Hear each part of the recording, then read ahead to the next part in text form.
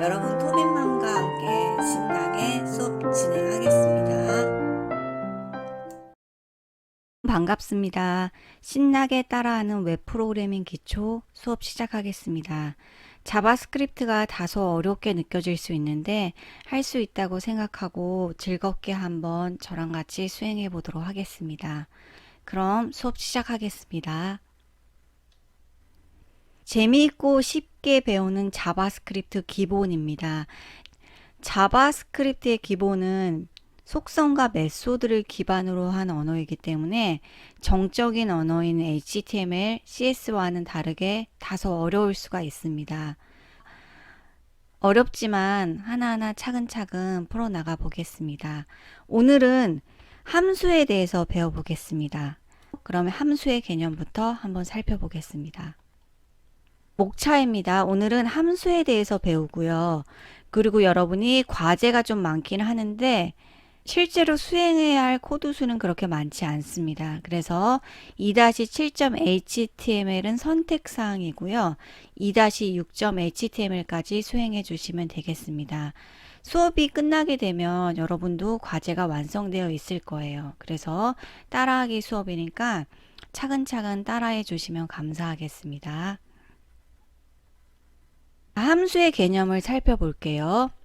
함수란 특정한 기능을 수행하는 명령어들의 모음입니다. 즉 여러 개의 명령문들을 하나의 방에 모아 놓는 겁니다. 그래서 저희가 방 1이 있고 방 2가 있고 방 3이 있어요. 그래서 방 1에는 공부해라 라는 명령문이 들어있고요. 방 2에는 밥 먹어라 라는 명령문이 들어있고 방 3에는 놀아라 라는 명령문이 들어있습니다. 그런데 함수의 장점은 하나의 로직을 재실행할 수 있도록 하는 것입니다. 우리가 방 1에 밥 먹어라 라는 명령문을 모아 놓았으면 나중에 방 1만 호출을 하면 됩니다. 그래서 코드의 재사용성을 높여주는 장점이 있습니다. 함수는 사용할 때 규칙이 있는데 일단 함수를 정의하고 호출하는 부분으로 나누어집니다. 그래서 펑션이라는 걸 이용해서 함수를 정의하는 것을 함수 정의라고 하고요. 그리고 이렇게 정의된 함수를 호출하는 것을 함수 호출이라고 합니다. 즉 펑션이라고 해서 함수명을 기입하고요. 이 안에는 이제 인수가 들어갑니다. 들어갈 수도 있고 안 들어갈 수도 있습니다. 이 인수의 개념은 좀 어려울 건데요. 함수의 경우에는 호출을 해야지만 사용을 할 수 있습니다. 그래서 방 1이라는 함수를 정의하고요. 그 안에다가 이제 밥을 먹어라 라는 명령문을 놓았습니다. 그리고 저희가 방 1을 호출해야지만 정의된 함수들의 명령문들이 실행이 됩니다. 즉 함수는 실행문들의 모음이지만 스스로 기능을 수행하지 않고 함수가 호출되었을 때만 실행이 됩니다. 그럼 한번 예문을 보면서 살펴볼게요. 지금 1번 라인부터 7번 라인까지는 함수를 정의를 한 부분입니다. 그리고 8번 라인은 함수를 호출한 부분이에요. 자, add라는 함수를 정의를 했는데 add라는 함수에는 어떠한 명령문들이 오냐면은 sum이라는 변수를 하나 정의를 해서 0이라는 값으로 초기화를 했고요. 그리고 sum이라는 변수는 1부터 10까지 합이 들어가 있습니다. 그리고 document라는 객체를 이용해서 write이라는 메소드를 사용했는데 이 write이라는 메소드에는 어떠한 출력문이 들어가 있냐면 1부터 10까지의 합이라는 이런 문장이 들어가 있습니다. 그래서 write이라는 메소드를 이용해서 1부터 10까지의 합을 모니터에 출력을 해줍니다. 그래서 1부터 10까지의 합을 sum에 담았는데 이 sum의 결과값은 document.write이라는 명령문에 의해서 실행이 되고 이 결과를 모니터에 출력을 해줍니다. 그런데 이렇게 add라는 함수에 정의된 이러한 명령문들은 8번 라인이 없으면 실행이 되지 않습니다. 그래서 정의된 함수는 함수를 호출했을 때만 실행이 됩니다. 그리고 add라고 해서 소가로가 나오는데요. 이 소가로에는 인수가 올 수 있습니다. 그런데 지금 이 애드의 경우에는 인수를 생략한 경우입니다. 저희가 다음 예문에서는 이 안에 인수가 들어갈 거예요. 인수는 함수를 호출할 때 가로 안에다 값을 넘겨줄 수 있는데 값을 담는 저장 공간입니다. 일종의 변수로 해서 값을 담게 돼요. 자, 그러면 이제 다음 예문을 한번 살펴보겠습니다. 첫 번째 저희가 수행해야 할 과제인데요. 1부터 10까지의 합을 구하는 겁니다. 앞에 예제와 동일하고요. 저희가 실습을 하면서 바로 살펴보도록 하겠습니다. 그래서 함수를 정의한 부분과 함수를 호출한 부분으로 나눠졌고요. 이러한 펑션이라는 함수를 정의한 부분, 그리고 함수를 호출한 부분은 스크립트 안에다가 이렇게 코드를 정의했습니다. 이제 다음 예문을 한번 살펴보겠습니다. 자바 이그잼의 ex2-3.html을 수행할 건데 저희가 아까 함수를 호출하면서 인수값을 넘겨준다고 했죠. 그래서 그 부분을 한번 해보도록 하겠습니다. 먼저 student라는 함수를 정의를 했습니다. 그런데 이 안에 name이라는 인수가 들어갔어요. 이 name이라는 인수는 일정한 값을 받는데 길동이라는 값을 넣어줬죠. 그래서 이 값을 name이라는 인수가 담게 됩니다. 저희가 이제 함수를 정의하는 부분과 그리고 함수를 호출하는 부분으로 나눈다고 했죠. 그래서 student라는 함수를 하나 정의를 했는데 이 부분은 어디서 호출을 해야지 명령문을 수행할 수 있습니다. 그래서 input type이라고 해서 버튼이 하나 생성이 됐는데 이 버튼에서 student라는 함수를 호출하면서 길동이라는 값을 넘겨줬습니다. 그러면 이제 student라고 정의된 함수를 찾아요. 그래서 스크립트 안으로 들어가서 그리고 student라고 되어 있는데 이 부분에 들어가서 name에다가 길동이라는 값을 담습니다. 그리고 나서 alot은 이 name을 출력하는데 이 name은 길동이죠. 그래서 반가워요 길동이라는 alot 창이 수행이 된 걸 볼 수 있습니다. 자, 변수를 이용한 덧셈입니다. ex2-4.html이고요. 다음과 같은 결과가 나오도록 궁금하면 눌러봐 버튼을 추가 후 앞에 예제 일부를 수정하는 겁니다. 지난 시간에 ex2-1.html이라는 파일을 수행했었는데 그때 제 점수는요 라고 하고 10 더하기 20은 30이라는 값이 출력되도록 했습니다. 그런데 이번에는 버튼을 하나 더 추가할 거예요. 그래서 버튼을 누르면 제 점수요 라는 부분에 30이라는 값이 출력되도록 코드를 좀 변경하겠습니다. 그래서 힌트 1, 힌트 2라고 되어 있는데 이 부분은 힌트 1에는 저희가 이제 굉장히 긴 코드가 들어갔던 거 기억하시나요? 그래서 다큐먼트하고 get element by id라는 걸 사용해서 그래서 id가 컨텐트로부터 엘리먼트를 get하라는 게 get element by id였습니다. 그래서 이 부분이 id가 컨텐트로 정의가 되어 있는데 이 부분을 엘리먼트를 get해요. 그래서 이 엘리먼트 부분에다가 30이라는 inner html이라는 자바스크립트 코드 속성을 이용해서 즉 값을 넣어줍니다. 그래서 코드를 한번 볼게요.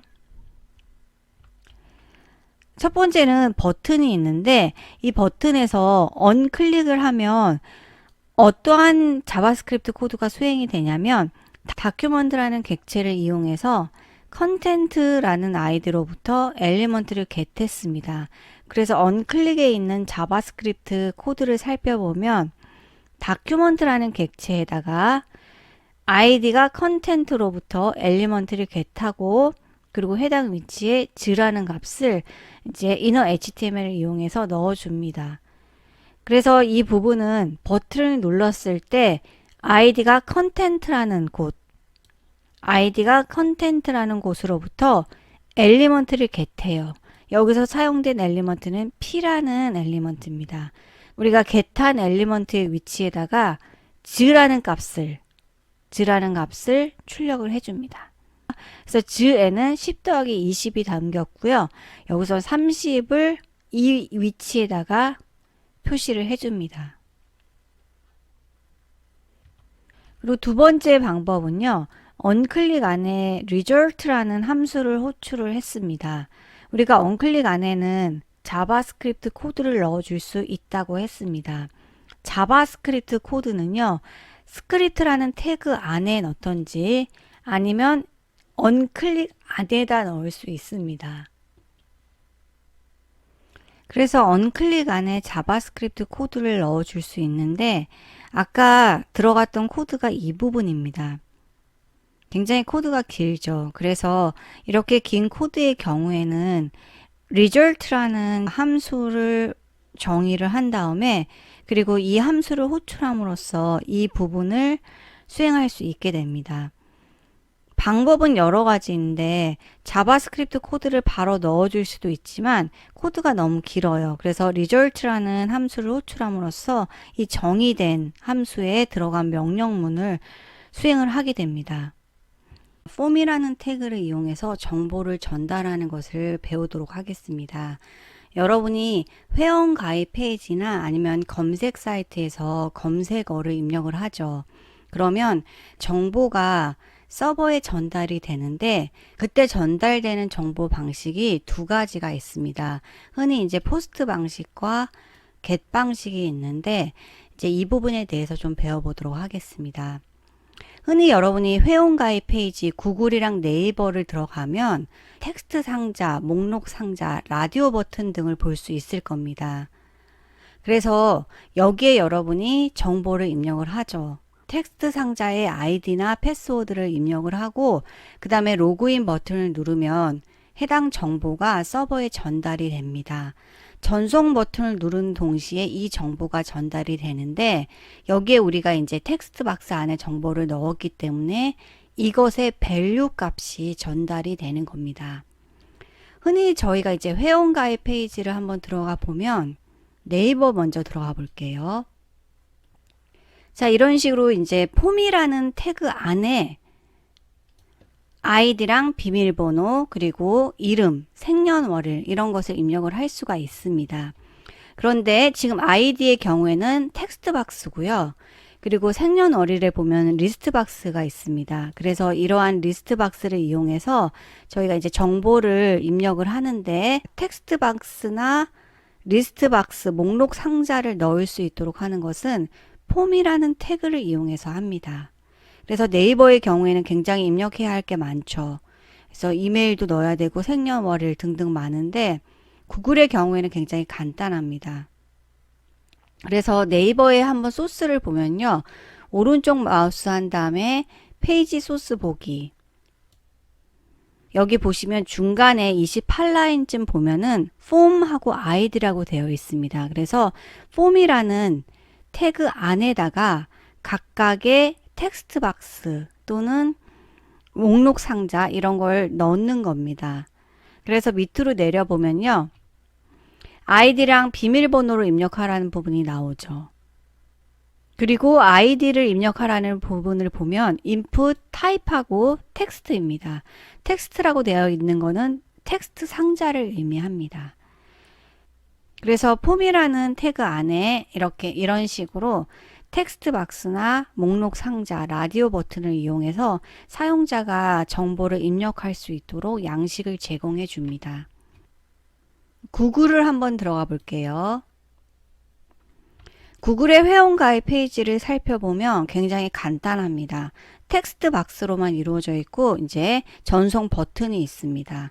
물어보는 게 몇 개 없죠. 네이버에 비해서 굉장히 간단합니다. 구글의 경우에도 form이라는 태그 안에 이렇게 텍스트 상자를 두고 사용자가 정보를 입력할 수 있게끔 합니다. 그리고 전송 버튼을 클릭하면 이 정보가 구글의 서버에 전달이 됩니다. 그래서 데이터베이스에 해당 정보를 저장하게 됩니다. 그래서 흔히 회원가입 페이지 그리고 검색 사이트에서 사용자로부터 검색어나 정보를 받을 때 사용하는 것이 폼이라는 태그입니다. 지금 이제 저희가 키와 몸무게를 이용한 체질량 지수 계산이라는 페이지가 있는데 이 페이지 안에서 저희가 키와 몸무게를 입력을 받습니다. 그리고 확인을 누르면 이 정보가 전달이 되는데 그때 이제 키와 몸무게가 각각 텍스트 박스에 담기게 됩니다. 그러면 정보를 전달할 때 텍스트 박스 안에 있는 value가 전달이 됩니다. value라고 해서 값이죠. 근데 이렇게 텍스트 박스나 목록 상자, 라디오 버튼을 통해서 원하는 정보를 입력받고 그리고 이 정보를 내보내는 것을 포스트 방식이라고 합니다. 그러면 지금부터는 포스트 방식과 겟 방식의 차이점을 좀 알아볼게요. 자, 폼 태그를 이용한 정보 전달에서요. 포스트 방식은 태그 안에서 여러분이 텍스트 박스, 목록 상자, 라디오 버튼 같은 걸 이용해서 정보를 사용자가 입력받으면 액션이라는 곳에 명시된 URL 또는 페이지로 정보를 전달을 하는 겁니다. 그리고 해당 텍스트 박스마다 이름을 넣는데 그것을 이제 name이라는 속성 값을 이용해서 넣어줍니다. 흔히 이제 name equal 하고 변수명을 넣는데 이제 처음에 okwow@gmail.com이라는 거를 name을 id라고 명칭을 하면 그 id의 value 값을 이제 전달을 하는 겁니다. 겟 방식을 한번 살펴보겠습니다.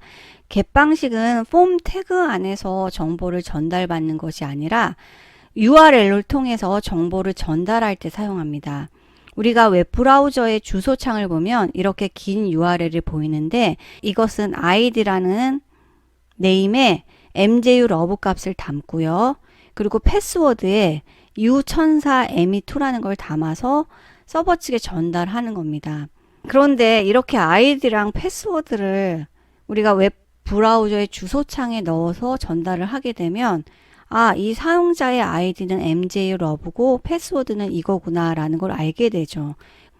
흔히 아이디랑 패스워드 같은 중요한 정보를 전달할 때는 절대로 겟 방식을 사용하지 않습니다. 그래서 겟 방식을 사용할 때는 중요하지 않은 정보를 전달할 때 사용을 하는데 그래서 네이버를 들어가면 이런 식으로 볼륨 넘버라고 해서 이렇게 구분이 되어 있죠. 그래서 연재하는 기사 같은 경우 이렇게 넘버로 구분을 해줍니다. 흔히 이제 이 넘버의 경우에는 정보가 노출돼도 상관없죠. 그래서 우리가 볼륨 넘버라는 네임에 이러한 값을 담고 멤버 넘버에 이러한 값을 담았는데 이것은 이제 중요한 정보가 아니에요. 그래서 서버에게 전달될 때 사용자에게 공개돼도 괜찮은 정보들은 겟 방식으로 전달을 합니다. 자, 그런데 이제 포스트 방식의 경우에는 이렇게 아이디랑 패스워드를 이런 식으로 담아서 넣게 되면 아주 치명적이죠. 그래서 초기에 2000년대 초기에 밀레니엄이라고 하죠. 그 시대에는 이런 식으로 전달하는 사이트가 나왔어요. 그래서 요새는 이런 식으로 정보를 전달하는 사이트는 나오지 않습니다. 자, 그래서 자바 이그잼의 ex2-6.html을 한번 살펴볼게요. 폼이라는 태그를 이용해서 정보를 전달을 하는데요. 저희는 이제 ex2-6.html에서 텍스트 박스에다가 값을 하나 입력을 할 겁니다. 텍스트 박스의 이름은 name1이라고 지정을 했어요. 그래서 텍스트 박스의 이름을 name1이라고 지정을 하고요. 그 다음에 확인 버튼을 누르게 되면 정보를 ex2-6.html에 전달을 해줍니다. 그래서 확인이라는 버튼은 버튼이라는 타입을 이용했고요. 그 다음에 onClick이라고 해서 체크 언더바 name이라는 함수를 하나 호출을 했습니다. 체크 언더바 name하고 가로 열고 가로 닫고 함수를 호출한 예예요. 그래서 함수를 호출을 했다는 거는 함수가 어디엔가 정의가 되어 있어야지 이 함수를 호출할 수 있겠죠. 그래서 스크립트 태그 안에다가 저희가 함수를 정의를 하는데 체크 언더바 네임이라는 함수가 정의되어 있습니다. 그래서 이 정의된 함수 내에는 어떠한 정보를 전달받냐면 우리가 입력한 name1의 value 값을 전달을 받고요. 그리고 이렇게 입력받은 값을 바탕으로 명령문을 수행하는데 이때 수행한 명령문이 alert입니다. 그래서 alert이라는 메소드에 name이라는 값을 받아서 이 name이라는 변수에 담긴 값을 출력을 해줍니다. 그리고 님 반갑습니다라는 문장과 함께 alert이라는 메시지 창에 해당 문구를 출력을 해줍니다. 자, name이라는 변수는 우리가 새로 선언을 해준 변수입니다. 그래서 name이라는 변수를 선언을 해줬는데 바로 값을 가져왔습니다. 근데 보면 굉장히 코드가 길죠. name에 담긴 값은 document.form1.name1.value라는 값이 담겼습니다. 그래서 여기서 document라는 것은 객체죠. 그런데 얘는 뭐지? 얘는 뭐지? 얘는 뭐지? 라고 의문을 가질 수 있습니다. document라는 거는 하나의 웹페이지예요. 그래서 페이지 안에 우리가 form1이라는 태그를 이용했는데 이 form1이라는 태그는 form이라는 태그 안에 사용된 이름입니다. 그래서 우리가 회원 가입 페이지 또는 로그인 페이지를 만들기 위해서 form 태그를 이용하는데 그때의 이름을 form1이라고 명시를 해준 겁니다.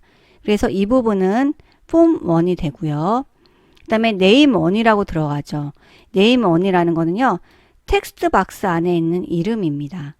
그래서 텍스트 상자의 이름을 name1이라고 해줬는데 그 이유는 이 name1에 담긴 value가 채토빈이죠. 채토빈이라는 값을 가져오기 위해서 name1이라는 텍스트 상자 이름을 가져온 다음에 거기에 담긴 value를 채토빈 가져와서 name이라는 변수에 담습니다. 좀 개념이 어려운데요.